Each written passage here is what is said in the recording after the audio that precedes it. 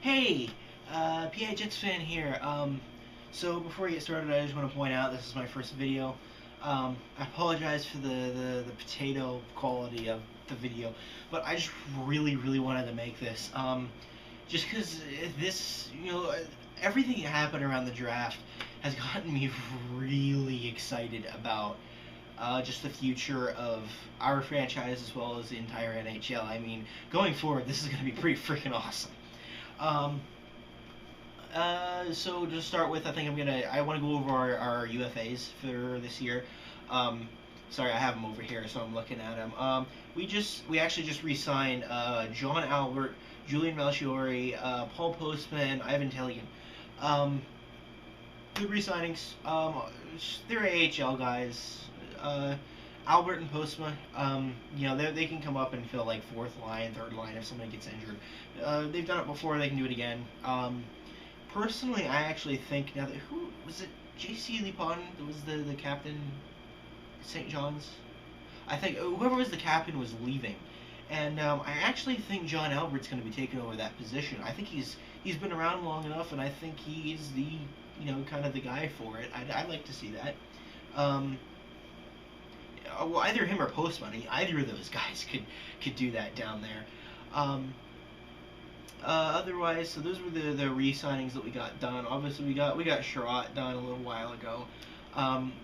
However, we lost T.J. Gagliardi to what is that? Is that I don't even know how to pronounce that. It's Malmo. I don't know.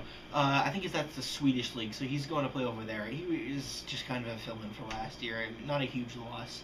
I don't think we'll miss him that much. We're probably going to let Peter Bedard fall too. Am I saying his last? I can never say his last name right. I don't know if anyone can, judging by the pronunciations I've heard, but I think really he was just down there for kind of AHL depth and just to try to mentor Hellebuck a little bit. I think he was just kind of the bonus off of that the Montreal deal where we sent what's his name? I didn't like him over there. Other than that, I mean, there's a couple people we need to re-sign, but I think for the most part, everyone else on the list will, except maybe Maybe I don't know if we want him back, but I think pretty much everyone else on that list will re-sign. Obviously we have to mention Michael Frolik at this point. I think it's pretty much a done deal that he's done. He's gone. He's not in Winnipeg anymore. I'm looking at an article right now that's saying that he has Montreal on the top of his destinations. So yeah, he's not coming back. And I think that'll be all right if we can re-sign Drew Stafford. That guy I really like. He's not the best player in the world, but he brings that scoring touch that we really need. We can't just have Ladd, Little, and Wheeler carrying the team and scoring. And I think that if we can re-sign him, he will continue to do well. And I think that if he re-signs, we can stick Ehlers in the hole that Frolik leaves, and it'll work out fine. Stepniak, I'll hopefully get him back too. That'd be pretty. I know people have mixed feelings on him, and I do too. He showed up. I think when he came to the Jets, he had some problems, but I think overall he played well, and I think we should keep him and keep him on the fourth line if he doesn't want too much money. Someone that's probably going to fall to free agency as well that I have to mention quickly because I love the man. Jim Slater. Oh, I really liked him. He was a great guy. Third, fourth line, taking face-offs. Couldn't do much else, but I mean, taking face-offs he could do really well. So, and I don't know who's gonna do Take a Jet to Work now. I really enjoyed that little thing they did on the website, and not anymore, unless someone else wants to take it over. I kind of like to see Wheeler do that, but I highly doubt he will. And someone who's actually coming in to fill a hole, of course, is our favorite little Russian, Alexander Burmistrov. Obviously, he's playing in the KHL. The stats have been kind of mediocre, I think once he gets into the NHL, he will. I think he'll play pretty well. Um, he has to be happy with third and fourth line time, which I know was a major issue last time.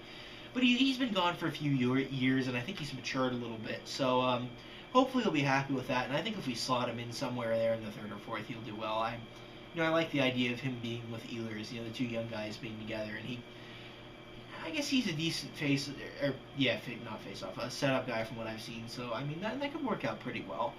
Um, Moving on from the UFAs, of course, we have our draft. Now this was one of the best drafts in years. I mean the entire first round was all top-notch prospects. Of course, the highlight was the 1-2-3 of Connor McDavid, Jack Eichel, and Dylan Strome to Edmonton, Buffalo, and I had trouble thinking of Buffalo and Arizona. I heard we were trying to trade up for Arizona, and as much as I would have liked Dylan Strome, I think it was actually for the best that Arizona wanted to keep that. I think we would have had to give up a little bit too much. And I think what we ended up getting. Thank you, Bruins, by the way. I have to go to this. What is Boston doing? Okay, I hate the Bruins. I have to say that. I can't stand the Bruins. But I hate to see any fan base suffer, and it looks like Boston will be. What they did at the draft was perplexing. When you think about it, they could have taken Matthew Barzal, Kyle Connor, which is who we took, obviously, and they could have had their choice between Svechnikov and Joel Eriksson. Why? I don't understand what they did. They took mostly, I guess it was mostly projected late first round and second round guys. The only one I can actually remember the name of right now is Ascension. But I have no idea what they're doing, but I have to thank you, Boston. We almost got Barzal because of that. But, of course, Islanders traded Sam wrong one, Griffin Reinhart to Edmonton for that pick. And they got Matthew Barzal, which I'm happy with what we got anyway. I would have loved Barzal. But Kyle Connor, he's showing a lot of potential. We'll see him in the next few years, I think. I mean, he's a little ways out.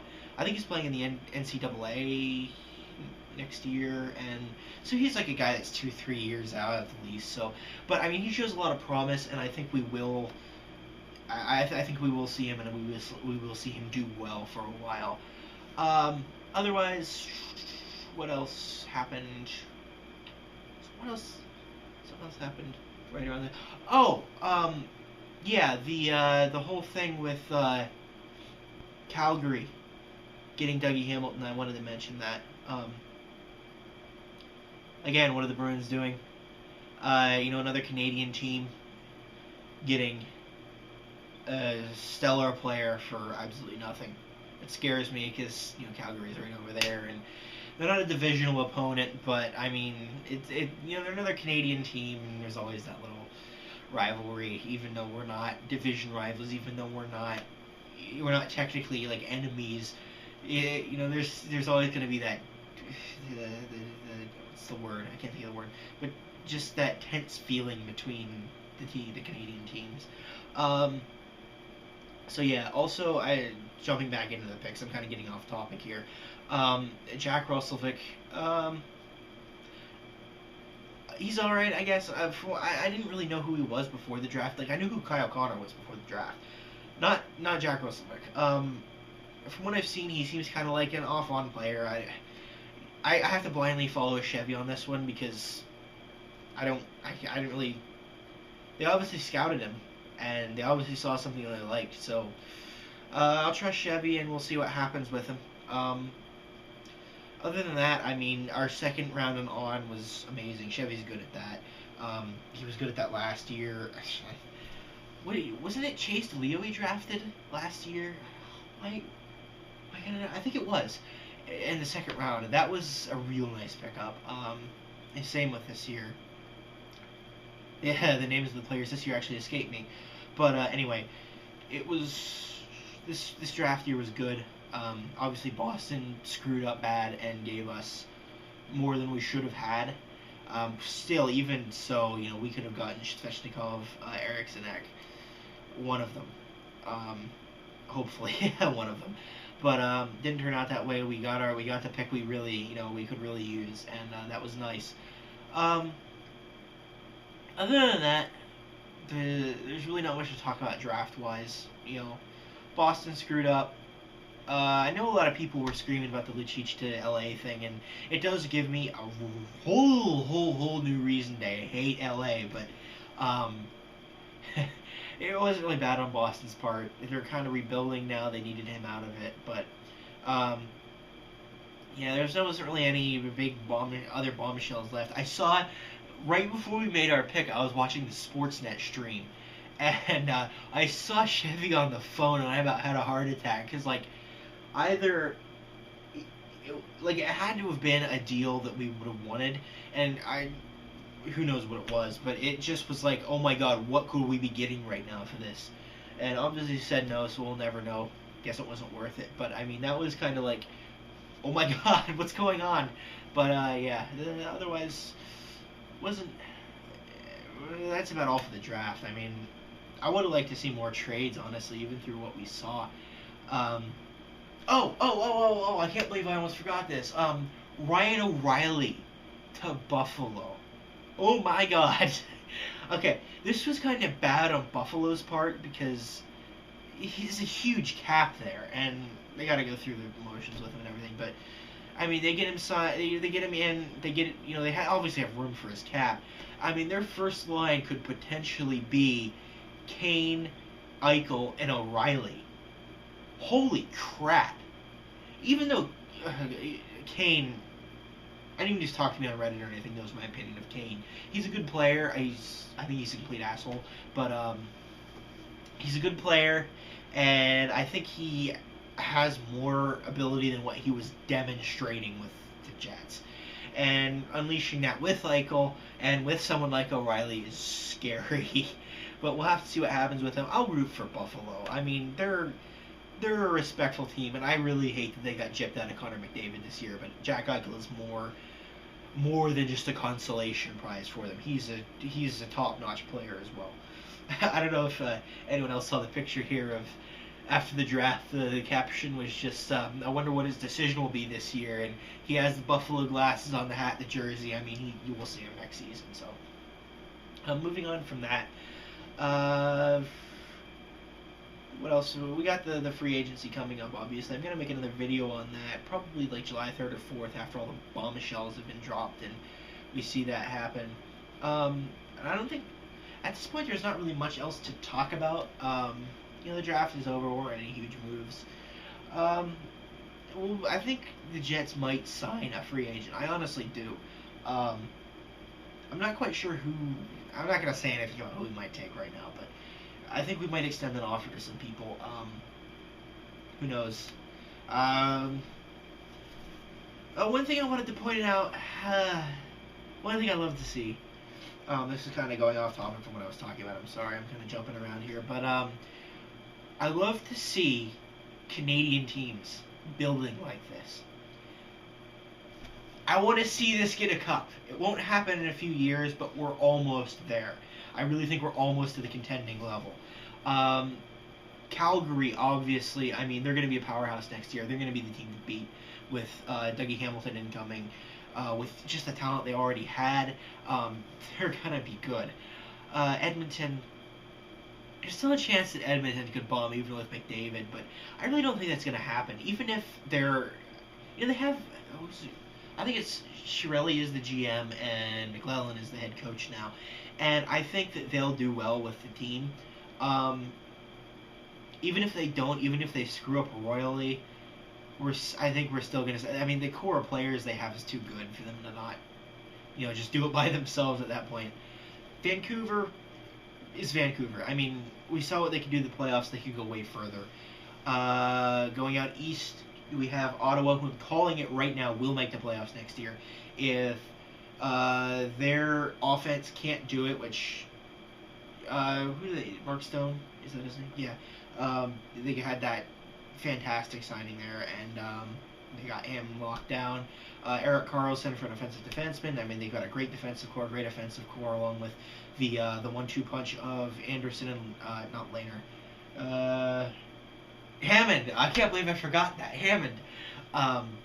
That'll be good. I was actually kind of surprised they sent Lehner to Buffalo. I was sure that Anderson was going somewhere, but I just can't argue with it. I mean, they've got 2 good goalies now. I mean, they kind of traded away the future one, but they don't really need the future one. They're going all in right now. Montreal is kind of going downhill a little bit. They got carried through the playoffs, pun intended.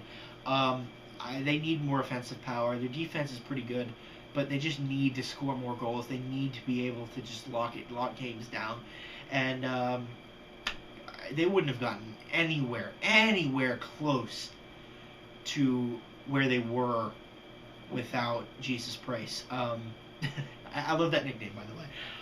Yeah, so they really need to make some improvements.